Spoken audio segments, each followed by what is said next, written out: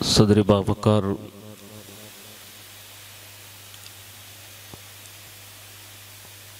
हुज़ूर पीर तरीक़त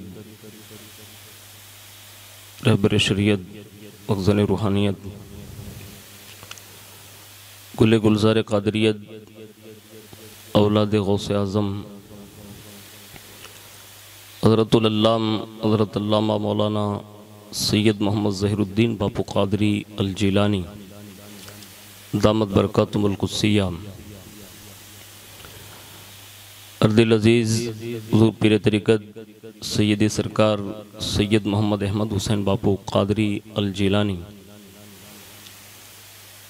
अज़ीज़म फ़ाज़िल गिरामी हज़रत अल्लामा मौलाना मोहम्मद अशरफ साहिब क़िबला दामत बरकातुहुल आलिया हमदर्द कौम मिल्लत हज़रत अल्लामा महमूद आलम साहिब क़िबला बिलखुसूस फ़ाज़िल गिरामी खलीफ़ा हुज़ूर शेखुल इस्लाम हज़रत अल्लामा मौलाना सैयद मोहम्मद वसीम मियाँ बापू अशरफ़ी दामत बरकातुहुल आलिया और दिगर बावकार मुअज़्ज़ज़ सादात किराम उलमा ज़वील एहतराम गिरामी क़द्र बिरादरान इस्लाम अस्सलामु अलैकुम व रहमतुल्लाहि व बरकातुहू।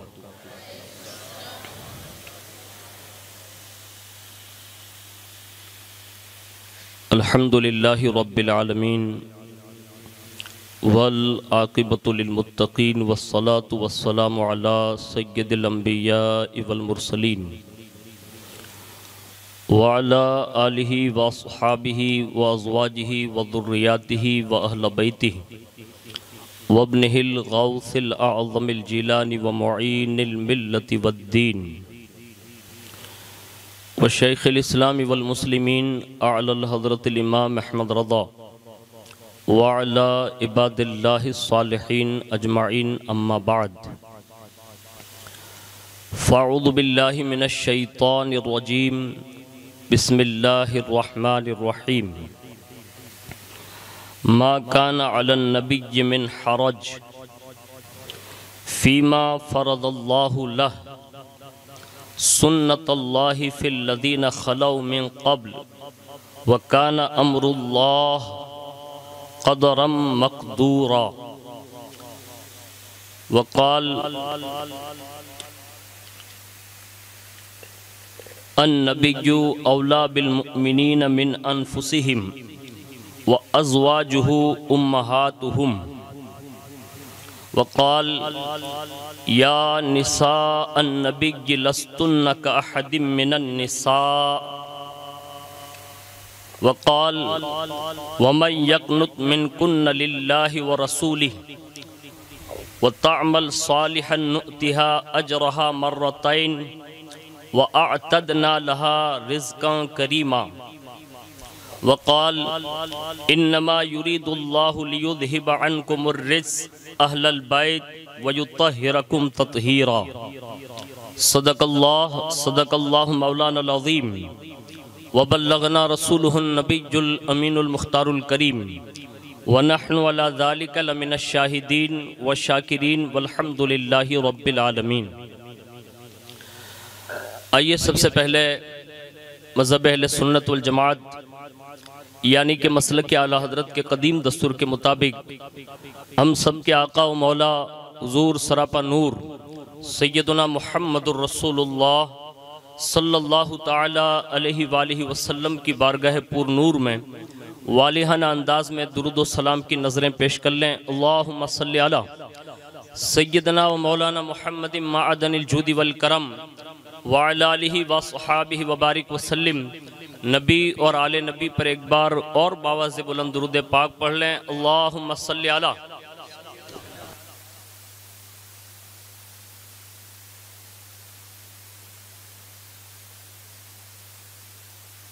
मनाली के या रसूल अल्लाह सल्लल्लाहु ताला अलैहि वालिहि वसल्लम हुसूल बरकत के लिए पूरा मजमा एक बार और मोहब्बत से जी लगा कर दुरूद शरीफ पढ़ लें। अल्लाहुम्मा सल्लि अला सैयदना मौलाना मुहम्मदिन मअदनिल जूदि वल करम वअला आलिहि वसहबिहि व बारिक वसल्लिम। सलातुम वस्सलामुन अलैका या रसूलल्लाह सल्लल्लाहु तआला अलैहि वालिहि वसल्लम। अल्लाह रब्बुल इज़्ज़त की तौफीक से और उसके प्यारे महबूब सल्लल्लाहु ताला अलैहि वालिहि वसल्लम के तसद्दुक से बिलखुसूस पीराने पीर रोशन ज़मीर सैयदुना शेख अब्दुल कादिर जिलानी अल मारूफ गौसुल आज़म दस्तगीर रदी अल्लाह तबारक व तआला अन्हु की निगाह इनायत से जनाब सैयद महबूब मियाँ बापू के साहिबजादे सैयद मोहम्मद मुईन अली बापू के निकाह के खुशी की तकरीब में हम और आप शिरकत की सादतें हासिल कर रहे हैं।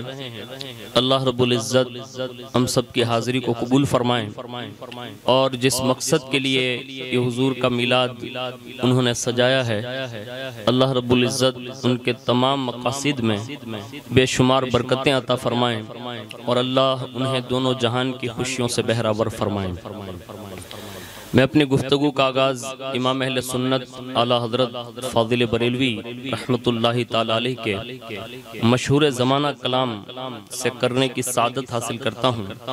इमाम कहते हैं, अर्शे हक है मसनदे रिफ़अत रसूलुल्लाह की, अर्शे हक है मसनदे रिफ़अत रसूलुल्लाह की, देखनी है हश्र में इज्जत रसूलुल्लाह की। अब ये इमाम इश्क़ मोहब्बत ही जान सकते हैं कि उन्होंने ये जुमला क्यों कहा कि इज्जत सिर्फ क़यामत में देखेंगे, इसलिए कि कायनात में कोई ऐसी आंखें है ही नहीं जो रिफ़ात मुस्तफ़ा को देख सके।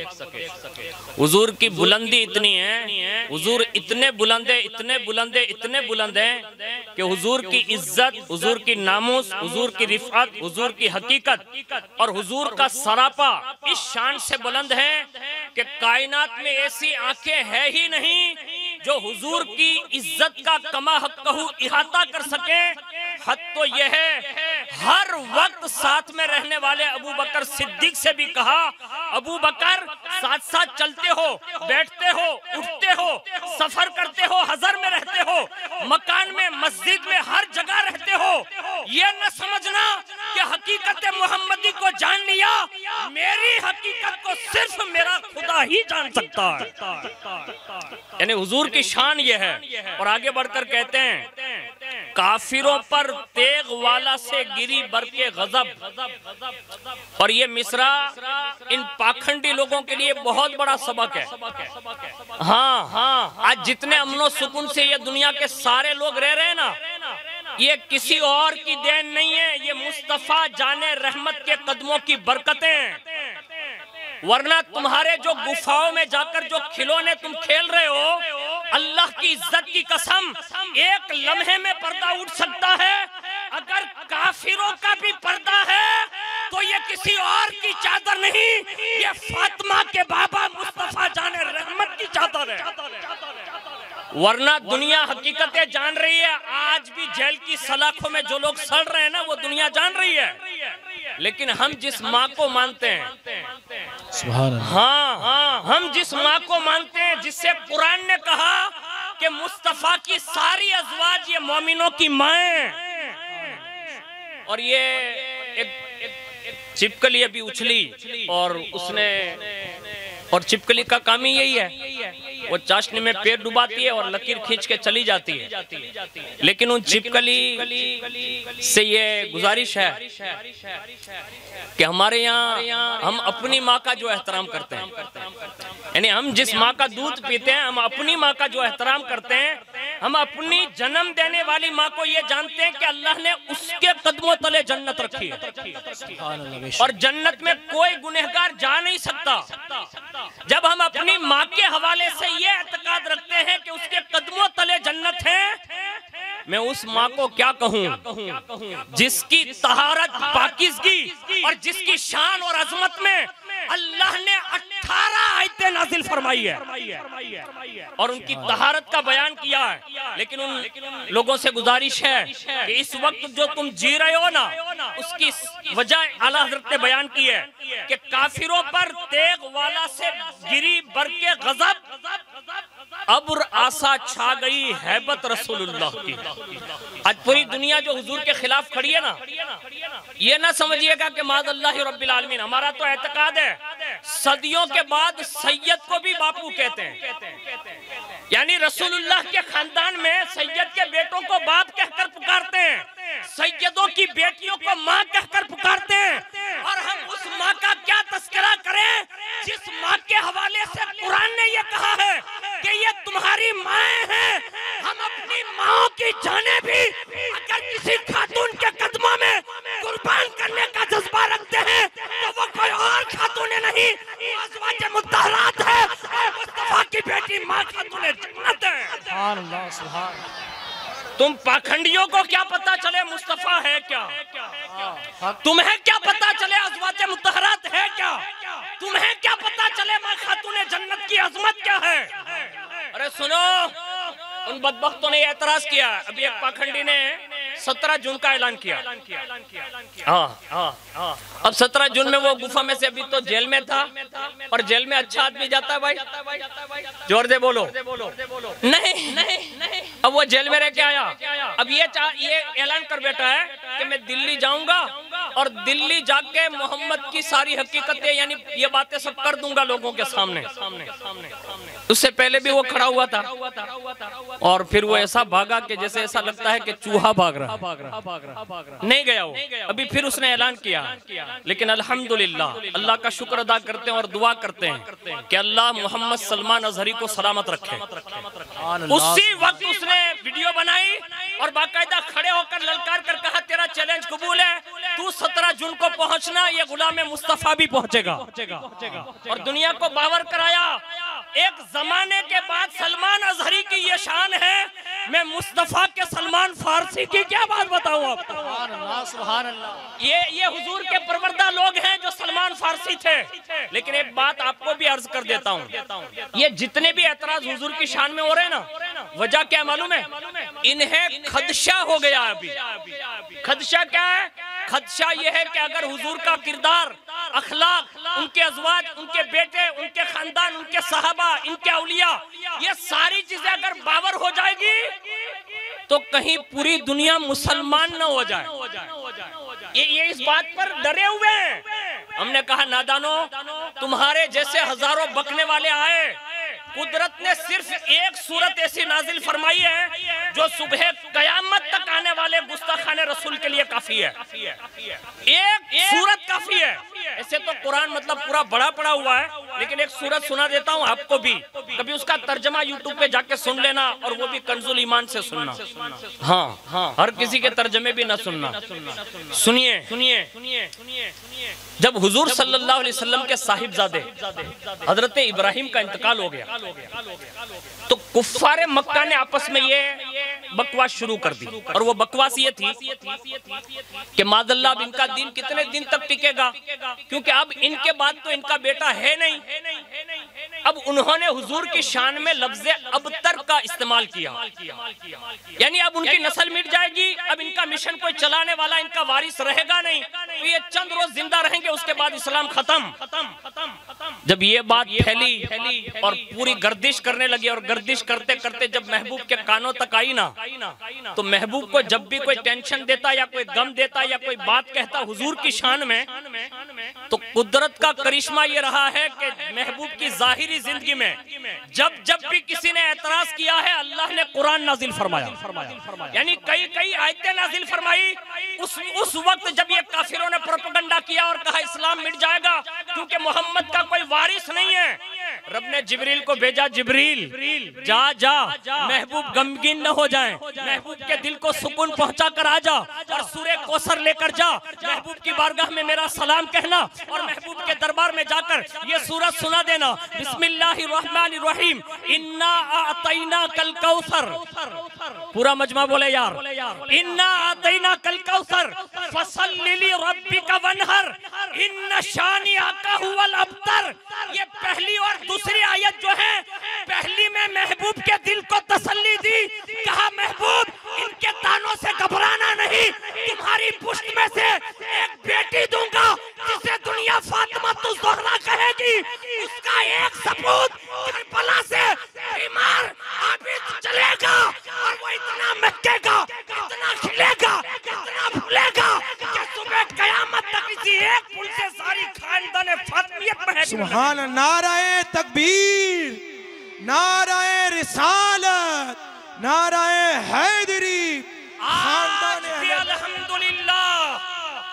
पूरी कायनात का चप्पा चप्पा ढूंढ मारो, अगर कहीं जमीन पर आज भी किसी की चलती है तो मुस्तफा जाने रहमत के बेटों की चलती है। और ये कंफर्म बात है। ये लोग ने एतराज किया और वो एतराज एक दूसरा जो इस आयत में उन्होंने लफ्ज़ अब्तर कहा, तो अल्लाह ने इन्न शानिअका हुवल अब्तर कहकर उनकी नस्लें काट दी जिन्होंने ये एतराज किया था। और आज भी आप कभी घबराना नहीं, इन दोनों का हश्र सब देखेगा। अभी दो का तो हुआ, ये पाखंडी जो अभी गुफा में से बाहर निकला और अभी अपनी गुफा में ये कहकर छुप गया था कि अब मैं कुछ बोलूंगा नहीं, और ये नुपु शर्मा के विरोध में खड़ा हो गया। उसने कहा कि मैं उसका सपोर्टर हूँ। एक बात सुन लीजिए, उसको ये खदशा क्या है, अभी वो एक दूर से कोई मतलब अपनी भाषा में उसको मैं क्या मतलब जुमला कहूँ, किसी जानवर का नाम भी नहीं ले सकता, इसलिए कि उससे मुशाबहत देने के लिए कहीं जानवर की तौहीन न हो जाए। लेकिन एक बात बता रहा हूँ, दूर एक मतलब अपने वो क्या बोलते हैं उसको, मछली में एक छोटा जानवर होता है, झींगा है ना। अब वो दूर जो था ना, उसमें उसने वो गिलोल फेंकी और जैसे उसने वो कांटा फेंका ना, अब वो अंदर फंसा और वो फंसकर उसके साथ में मिला, और जैसे उसके साथ में मिला ना, 2-3 हफ्ते नहीं गुजरे पुलिस ने अंदर कर दिया।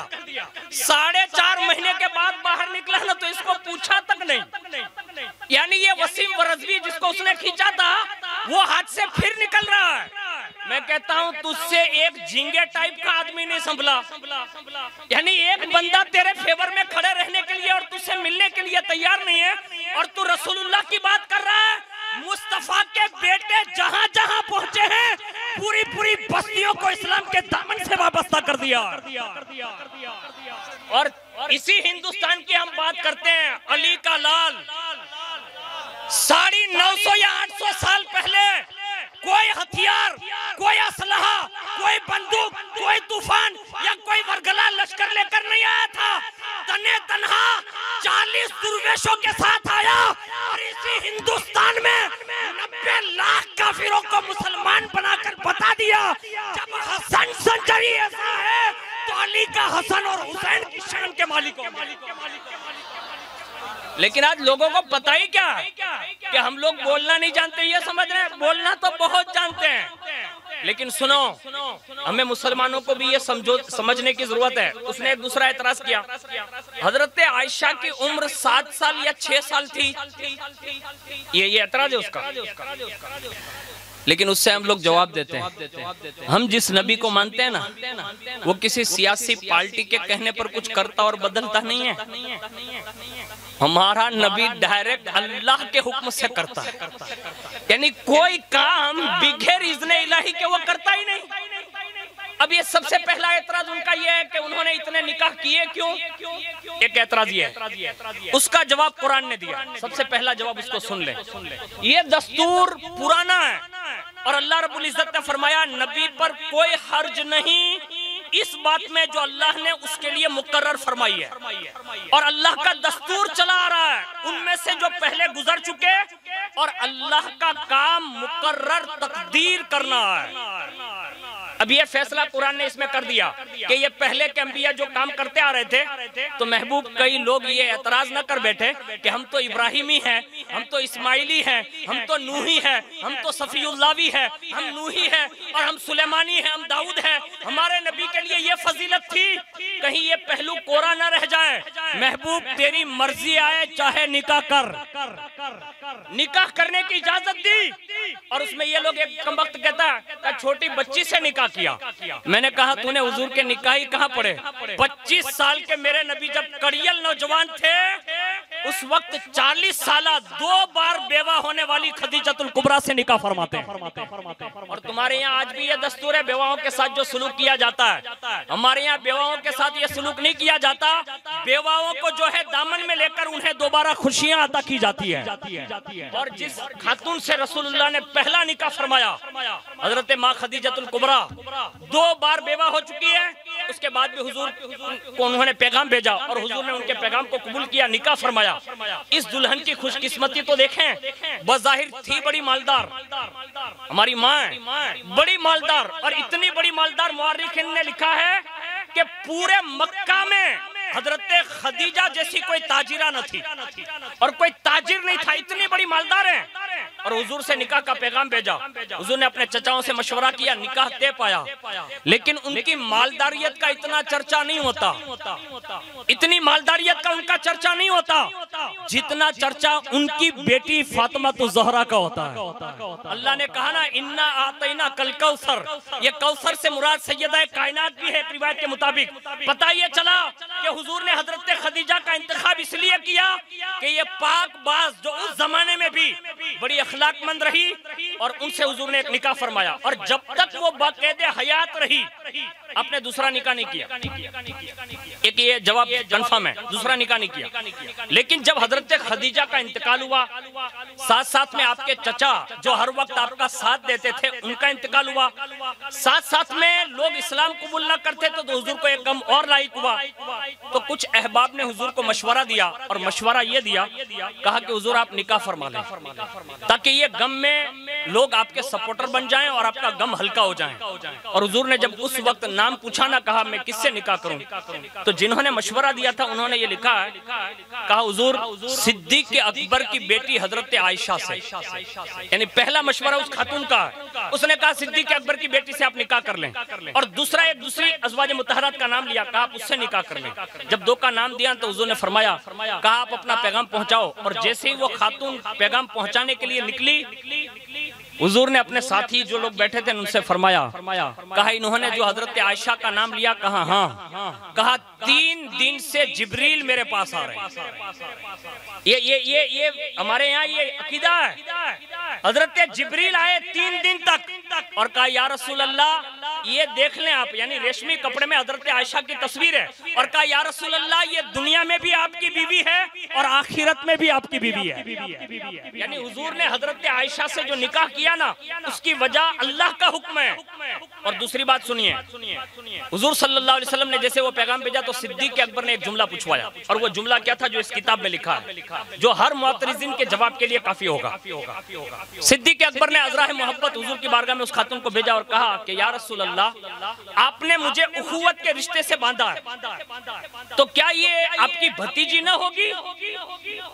तो हुजूर सल्लल्लाहु अलैहि वसल्लम ने जवाब वापस कहलवाया, कहा अबू बकर मैंने उखुवत इस्लाम के रिश्ते से तुझे भाई कहा है, और ये रिश्ता ऐसे नहीं होता जैसे हकीकी रिश्ता होता है जो 2 भाइयों का, इसलिए मेरा निकाह तुम्हारी बेटी से हो सकता है। और जैसे सिद्दीक के अकबर ने यह जवाब सुना, सिद्दीक के अकबर ने खुद हजरत आयशा सिद्दीका रज़ी अल्लाह तबारक व तआला अन्हा का निकाह करने के लिए हुजूर सल्लल्लाहु अलैहि वसल्लम को पैगाम दिया, कहा हुजूर आपको इजाजत है, आप मेरी बेटी से निकाह कर सकते हैं। और ये निकाह हुआ 6 साल या 7 साल की उम्र में निकाह हुआ है, और रुखसती जो हुई है ना वो 9 साल की उम्र में हुई। तो हमारे यहाँ ये लोग कहते हैं कि ये 9 साल की उम्र के हद बुलूग को पहुंचती है। हमारे यहाँ है कि औरत 9 साल में बालिग हो जाती है। और रही अरब कंट्री की बात, तो वहाँ का मौसम गर्म है, वहाँ की खुराक गर्म है, वहाँ की अशियाएं गर्म हैं, और वहाँ की जो खवातीन है उनकी मिजाजियत में यानी तबीयत में गर्माहट है। तो उनके यहाँ तो और ज्यादा हद्दे बुलूग की कैफियत यानी कम सालों में होगी। तो हमारे नबी ने हद्दे बुलूग से कम औरत से शादी नहीं की है, बल्कि उस उम्र के तकाजे के मुताबिक की है जो शरीयत ने खुद ही बताई है। और तीसरा एतराज उनका यह है कि इस उम्र की लड़की से शादी करने की क्या जरूरत है। हालांकि हुजूर की 11 बीवियां, उसमें से 2 खवातीन ऐसी हैं यानी अज़वाज ऐसी हैं जो हुजूर की ज़ाहिरी जिंदगी में दुनिया से तशरीफ ले गई, और 9 खवातीन ऐसी हैं जो हुजूर सल्लल्लाहु अलैहि वसल्लम के विसाल के बाद भी बाकायदे हयात रही। अब ये 9 में हजरत आयशा भी है। अब उनका एतराज ये है कि ये कुंवारी लड़की से आपने शादी क्यों की। अब मैं आपकी बारगाह में उसकी एक हिकमत बता रहा हूँ जो हमारे बुजुर्गों ने लिखी है। सबसे पहले तो अंबिया का ये खासा रहा है कि वो जितनी चाहे निकाह कर सकते हैं और ये अल्लाह के हुक्म से करते हैं। दूसरा हमारे यहाँ निकाह में हिकमत ये है कि हुजूर सल्लल्लाहु अलैहि वसल्लम ने हजरत आयशा से जो निकाह किया उस वक्त वो हद्दे बुलूग को अभी पहुंची है और उनका दिमाग फ्रेश है, ज़हीन है, फतीन है, और साथ साथ में अल्लाह ने उन्हें जहानत कुव्वत हाफिजा ज्यादा अता फरमाया था। तो हुजूर ने इस हिकमत के तकाजे हजरत आयशा से निकाह किया ताकि मेरा दीन जो मेरे सहाबा बाहर रहकर बयान करते हैं और मेरा पैगाम पहुंचाते हैं, मैं जब घर में रहूं तो मेरे अहवाल कौन बयान करेगा। और उसमें हर औरत जो बेवा होकर मेरे निकाह में आई है उनके जहन इतने काम नहीं करेंगे। तो हुजूर ने हजरत आयशा से निकाह करके आधा दीन जो इस्लाम हम तक पहुंचाए ना, ये किसी और के कदमों की बरकत नहीं, ये हजरत आयशा सिद्दीका की खैरात है जो हुजूर सल्लल्लाहु अलैहि वसल्लम के निकाह में रहते हुए हुजूर सल्लल्लाहु अलैहि वसल्लम ने उन्हें ये इरशादात अता फरमाए। और दूसरी बात बताऊं कि हुजूर सल्लल्लाहु अलैहि वसल्लम ने हजरत आयशा सिद्दीका रज़ियल्लाहु ताला अन्हा की हैसियत आपकी अज़वाज में, हमारे यहाँ आपका लक़ब सिद्दीका भी है, लेकिन एक लक़ब ये है महबूबाए महबूबे रब्बिल आलमीन। अब ये कितनी महबूब है उसका अंदाजा लगाइए। लेकिन उस महबूबियत का फायदा ये लोग जो कहते हैं ना माज़अल्लाह के वो ख्वाहिशात के मुतमन्नी थे, नहीं। हमारे यहाँ अगर मैं ख्वाहिशात की बात करूँ ना तो अल्लाह की इज्जत की कसम इसी हिंदुस्तान में एक रसूलुल्लाह का बेटा सोया हुआ है जिसे दुनिया हजरत मखदूम सिमनानी कहती है। वो अपने पीर की बारगाह में हाजिर हैं और जैसे ही खानका में से पीर बाहर निकले आप अपनी लंगोट यानी लुंगी सीधी करते हुए बाहर निकल रहे थे। फरमाया अशरफ करते क्या हो? तो कहा हुजूर लंगोट कस रहा हूं। ये जुमला इरशाद फरमाया, सदियों के बाद है रसूलुल्लाह के बेटे, कहा लंगोट कस रहा हूं। तो फरमाया बेटा इतनी जबरदस्त कसना कि फिर उसे खोलने की जरूरत न पड़े। ये जुमला इरशाद फरमाया पीर साहब ने, और उन्होंने वादा करते हुए ये जुमला अर्ज कर दिया, कहा हुजूर अब इस नफ्स पर इतना बेहतरीन गिरह लगा देता हूं कि अगर जन्नत की हूरें भी उतर आए तो ये कभी खोल ना पाएगी। हमारे यहाँ ऐसा नहीं है कि तुम्हारी गुफाओं में जो होता है ना इसलिए लोग तुम्हारे जेल में पड़े हुए हैं। हमारे यहाँ तो अल्हम्दुलिल्लाह सुम्मा अल्हम्दुलिल्लाह मुस्तफा जाने रहमत सल्लल्लाहु अलैहि वसल्लम को पूरे अरब कबाइल की तरफ से यह फरमाइश थी कि आप जिस खूबसूरत औरत से शादी करना चाहें आप कर सकते हैं, लेकिन हुजूर ने किसी खूबसूरत औरत का इंतखाब न किया, इसलिए कि हुजूर यहाँ ऐश परस्ती सिखाने के लिए नहीं आए थे, हुजूर तो अल्लाह का पैगाम सुनाने के लिए आए थे और हुजूर ने ये करके दिखाया। दूसरी हिकमत सुनिए, हुजूर का एक प्लान ये था कि कबीले बड़े बड़े वहां थे, तो हुजूर ने सबसे पहले क्या किया, कुरैश कबीले के खानदान में कबो-बेश 6 खवातीन से निकाह फरमाया, यानी जो बड़े खानदान थे। और उसमें मकसद ये था हुजूर का कि जब ये इतने बड़े बड़े खानदान उनकी बेटियां मेरे निकाह में आ जाएगी तो इसकी वजह से ये कबीले वाले भी मुसलमान हो जाएंगे। तो एक हिकमत ये है। और उसके सिवा जो है 4 कबीले और गुजरे हैं जिसमें कमोबेश 5 औरतें और गुजरी हैं जिनसे हुजूर ने निकाह फरमाया। और हुजूर का एक मकसद ये भी था कि ये कमजोर यानी नीचे तबकात के जो लोग खानदान के लोग हैं उन्हें कोई कमजोर न कहे, मैं निकाह कर लूंगा तो लोग ये कहेंगे कि जिनके दामाद मुस्तफा हो, यानी जिनके दामाद मुस्तफा हो वो कबीला कमजोर कैसे हो सकता है। तो हुजूर ने उनके खानदान की शान बुलंद करने के लिए इन कबीलों से निकाह फरमाए। और उसके सिवा हमारे उलमा ने लिखा है कि एक हिकमत हुजूर के निकाह करने की ये भी थी कि गलत जो रस्में होती थी ना उसमें एक औरत यानी एक अज़वाज मुतारात इस नियत से भी आई है कि वहाँ कुछ रसूमात थे अरब कंट्री में, तो हुजूर ने उन रस्मों का खात्मा करना चाहा और उन रस्मों में तलाक याफ्ता औरतों को तो मतलब मनहूसी समझा जाता था, और हुजूर ने जितनी अज़वाज मुतहरात की अक्सर तलाक याफ्ता है। और उसी के साथ एक बात ये थी कि वहां मुंह बोले बेटे को, यानी जिसको अपने जुबान में कहते हैं गोद ले लेना, तो गोद लिए हुए बेटे को जो है लोग अपना वारिस समझते थे। और हुजूर के खानदान में ऐसा तो वाकया नहीं था, लेकिन अरब कबाइल में ये सारे काम हो रहे थे, तो हुजूर ने खुद अपने से ये शुरुआत की। हजरत ज़ैद रज़ी अल्लाह ताला अन्हु, जिसको हुजूर ने अपना मुंह बोला बेटा कहा था ना, तो उनकी अहलिया के साथ उनकी थोड़ी अनबन हुई, तो अनबन के साथ उन्होंने अपनी बीवी को छोड़ दिया। अब जब उन्होंने छोड़ा ना, तो हुजूर की बारगाह में आए, हुजूर ने 3 बार उन्हें 2 बार सब्र के लिए कहा, तीसरी बार वो छोड़कर आए, तो हुजूर ने फरमाया ज़ैद अल्लाह तुमसे बेहतर उन्हें शौहर नसीब फरमाएगा। हजरत ज़ैद की बीवी से रसूलुल्लाह ने निकाह किया, और निकाह किया तो अरब में भूचाल आया, मतलब प्रोपगंडा का देखा माज़अल्लाह रब्बिल आलमीन मोहम्मद ने अपने बेटे की बीवी से शादी कर ली, यानी निकाह कर लिया। और जब ये प्रोपगंडा कुफार ने शुरू किया, अल्लाह का कलाम देखिए, उसी वक्त ये आयत नाजिल होती है, मा काना मुहम्मदुन अबा अहदिम मिर रिजालिकुम, यानी मोहम्मद तुम में से किसी मर्द के बाप नहीं है। और जो तुम मुंह बोले बेटे को वारिस समझकर सगे बेटे की तरह मकाम दे रहे थे, मेरे महबूब ने ये काम इसलिए किया ताकि तुम्हारी रस्मों का खात्मा फरमा दे। यानी उस बुराई को जो सगे बेटों के साथ उस मुंह बोले बेटे को दिया जा रहा था ना, वो उसका हक नहीं है, लेकिन लोग ले रहे थे, तो हुजूर ने उस रस्म का खात्मा करने के लिए ये निकाह अपने हजरत ज़ैद की बीवी से फरमाया, जो रसूलुल्लाह सल्लल्लाहु अलैहि वसल्लम को अल्लाह का हुक्म था। और उसके सिवा किबार सहाबा जो इस्लाम ले आए, उन्होंने बड़ी कुर्बानियां दी, तो हुजूर ने उनकी कुर्बानियों को सराहते हुए हुजूर ने यह करम फरमाया कि उनकी हौसला अफजाई हो तो कैसे हो, तो उसमें बड़े बड़े जानिसार साहबा जो थे ना, उनकी बेटियों को अपने निकाह में लेकर उनकी हौसला अफजाई फरमाई।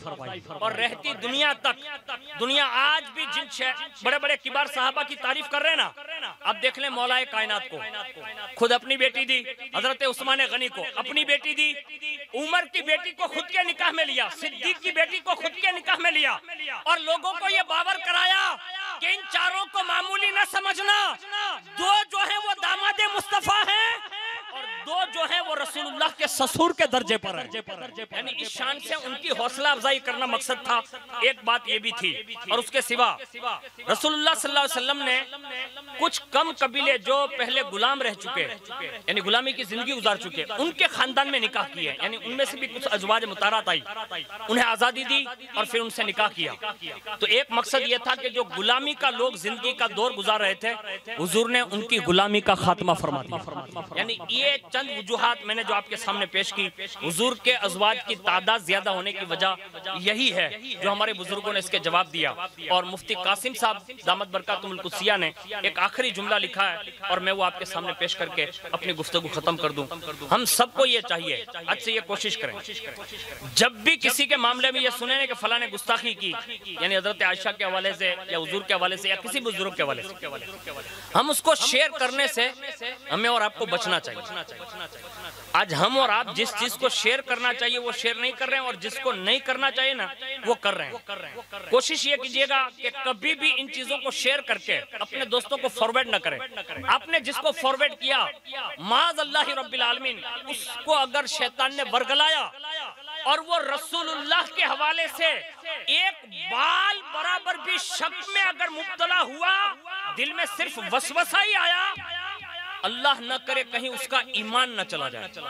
इसलिए कि हमारा तो एक ही काम है, हुजूर हैं तो हमारी जान से भी बेहतर है, हमारे माल से भी बेहतर है, हमारी औलादों से भी बेहतर है, हमारे माँ बाप से भी बेहतर है। हद तो यह है कायनात में अल्लाह के बाद सबसे ज्यादा अगर कोई इज्जत वाली जात है तो वो कोई और नहीं, वो अब्दुल्लाह के जिगर पारे, आमीना बीबी के दुलारे मोहम्मदुर रसूलुल्लाह की जात है। और हमारे और आपके दिल जो है ना वो धड़क रहे हैं, ये सिर्फ हुजूर की मोहब्बत की खातिर है। हमें हुजूर के हवाले से ऐसे प्रोपेगेंडे को तवज्जो ही नहीं देना चाहिए। लेकिन कुछ एजुकेटेड लोग होते हैं ना, उनको ये जवाब चाहिए होते हैं कि आखिर ऐसा है क्यों, तो वो कहीं अंग्रेजी फिक्र में कहीं बेहुदगी की तरफ मुब्तला न हो जाएं, इसलिए मैंने ये चंद हिकमतें आपके सामने पेश कर दी। अल्लाह करे अल्लाह हमारे सबके दिल में ये बात उतार दें और एक खदशा जो हो रहा है ना, वो खदशा मैं आपके सामने पेश कर रहा हूँ। अल्लाह करे आप सबसे भी गुजारिश है कि इस खदशे को अपने दिल से थोड़ा निकालने की कोशिश करें। अभी एक बहुत बड़ी बला आने वाली है और वो बरतानिया से अभी शुरू हो चुकी है। मैं उसका मतलब इजहार नहीं करता, लेकिन ये मैंने जिम्मेदार लोगों को भेजी है और अभी तो बरतानिया में है। दुआ करें आप कि अल्लाह ताला फिर से वो प्रोपेगेंडा का इस चीज को शिकार न बनाए। बहुत बड़ी साजिश के साथ उन लोगों ने ये प्लान बना लिया है और एक वो प्रोपेगेंडा भी करेंगे और करीबी में करेंगे। और ये जो खबर मैं आपको सुना रहा हूँ वो 5 जून की है। अल्लाह से दुआ करें आप एक खुशी के मौके पर हाजिर है और इस खुशी में अल्लाह से दुआ करके उठे कि अल्लाह ताला हमारी आपकी सबकी इज्जत आबरू को सलामत रखें और अल्लाह ताला हमें दुनिया में भी खुशियां और आखिरत में भी खुशियां अता फरमाएं।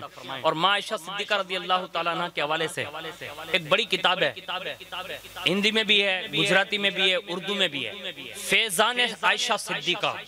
आपसे गुजारिश है आप इसको लीजिएगा कहीं ना कहीं से और उसको ले लेकर अपनी कौम की बेटियों को दीजिए। आप अगर पढ़े लिखे तो आप भी पढ़िए। और एक किताब है उम्महातुल मुमिनीन, फैजान उम्महातुल मुमिनीन, उसको भी लीजिए। एक किताब का नाम है कामयाब माँ, एक किताब नाम है बुजुर्ग खवातीन। इन किताबों को लीजिए, आप अपनी मालूमात रखिए, इसलिए कि आज हम और आप जहाँ जहाँ भी धोखा खा रहे हैं ना, उसकी सबसे बड़ी वजह यह है कि हमें खुद ही अपने दिन की मालूमात नहीं है और इसकी वजह से ये साजिशें गढ़ी जा रही है। अल्लाह करे, अल्लाह से उम्मीद करते हैं कि और अल्लाह की जात पर हमें उम्मीद है कि हमारे सीने यकीनन जख्मी जरूर है, लेकिन याद रखिए महबूब जो गुंबद खदरा में आराम फरमाए। हुजूर का लब जो है ना, लब, हुजूर का लब तो बहुत बड़ी चीज है। अगर हुजूर के दिल में सिर्फ ख्याल गुजरता है ना, तो मेरा मौला उस ख्याल को भी मुकम्मल फरमा देता है। तो यकीनन हुजूर बक़ैदे हयात ऐसे ही है जैसे जाहिरी जिंदगी में होते हैं। ये और बात है कि हमारी और आपकी निगाहों से वो छुपा दिए गए पर्दे में। इसलिए अज़वाजे मुतहरात की एक खुसूसियत ये है, जैसे कि उन्हें हमारी माँ कहा गया, लेकिन अब ये माँ कहने की वजह मुफस्सिर ने लिखा है कि अब ये अज़वाज हुजूर के निकाह के बाद, यानी हुजूर के विसाल के बाद, अब ये अज़वाज मुतहरात जो 9 बच्ची थी ना, वो जिंदगी में किसी से दूसरा निकाह नहीं कर सकती।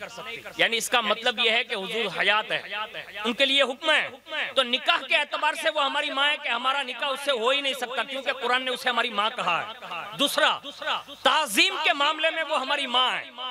यानी इन मामलात में कुरान ने हमें और आपको इनकी इज्जत और नामुस की हिफाजत का मतलब पैगाम दिया है। और उसके सिवा जो भी मामलात हैं, जैसे हमारी सगी बहन होती है, सगी माँ होती है, सगी खाला होती है, सगे मामू होते हैं, तो वो सारी चीजें उससे मंसूब नहीं होती जैसा कि हमारे और आपके दरमियान होती है। इसलिए कि नबी जो होता है ना, वो अल्लाह के यहाँ बहुत खास होता है। और मैं ये कहता हूँ कि 1,24,000 कमोबेश या 2,24,000 अंबिया किराम के दरमियान अगर अखसुल खास की कोई मंजिल पर अल्लाह के यहाँ कोई जात है तो वो मोहम्मदुर रसूलुल्लाह की जात है। तो आपसे गुजारिश करता हूँ आप ये दुआ कीजिएगा।